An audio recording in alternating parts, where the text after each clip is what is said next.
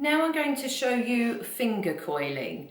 So finger coiling is a bit more time consuming. You can choose to do the whole wash and go, where you are co-washing, put in your leave-in and style it, and then use this technique as finger coiling, brings more uniformity to curls.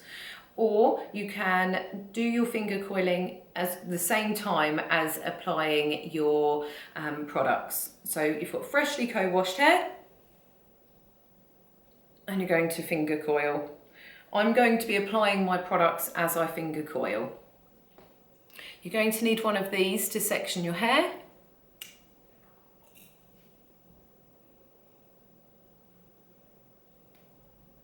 And your co-washed hair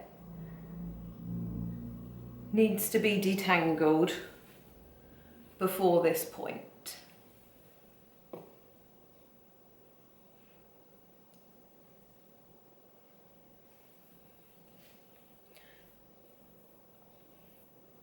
With finger detangling, it's really up to you in terms of the width of each of the coils that you're going, finger coiling, sorry, in terms of the width of the finger coils that you want to create. But I choose to rake in my products. You could use praying hands or another method, but finger coiling is simply grabbing the hair and twisting it. My hair's quite long, so it takes a little while. Twist, twist, twist. You see there? And then letting go. Move on to the second one. Your finger coiling away, all the way to the end.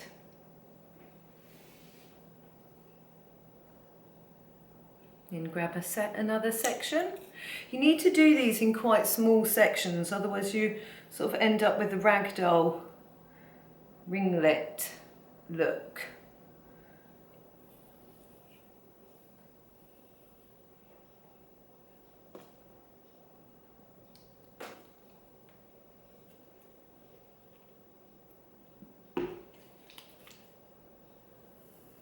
I must admit, I do love to finger coil because it's one sure way to know that you're going to have a good hair day.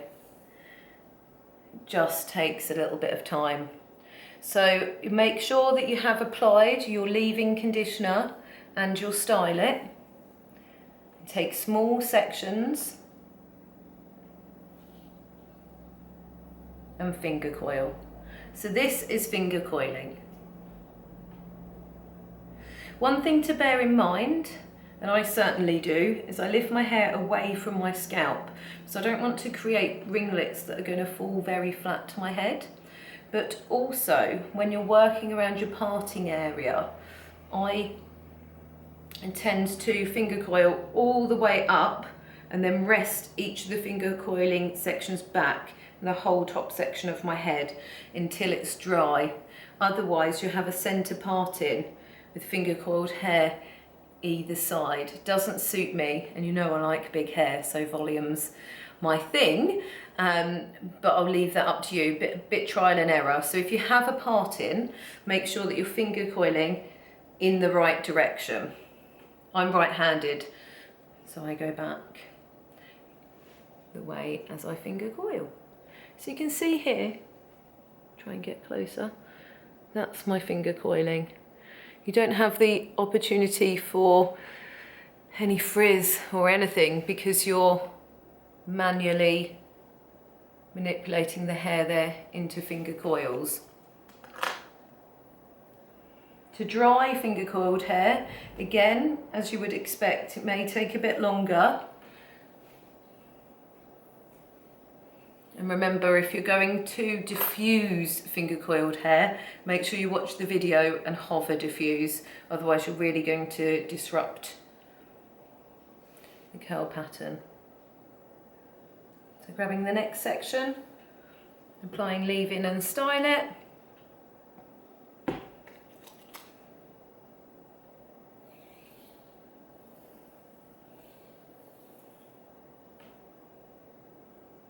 Smallish sections.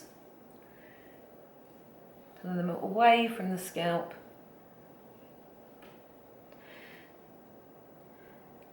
And finger coil. It's quite therapeutic, but it's not something I would manage before the school run. Hence why the wash and go is my favourite. But for a special occasion or to try something new, definitely the way to go.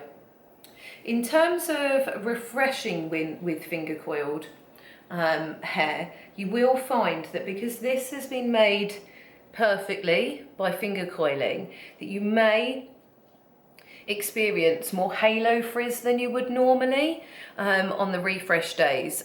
There's no real way to get that stray hair back into each finger coil unless you're going to re-wet, reapply leave-in and style it. So at that point for me, I would just wash my hair again, but I'll leave that up to you in terms of refreshing the halo frizz. You may be able to tease it back in. So just continue all the way around the head with finger coiling. So you can see the difference because here all the curls are separated in their natural form, and here they've been finger coiled, much more perfect. So that is finger coiling.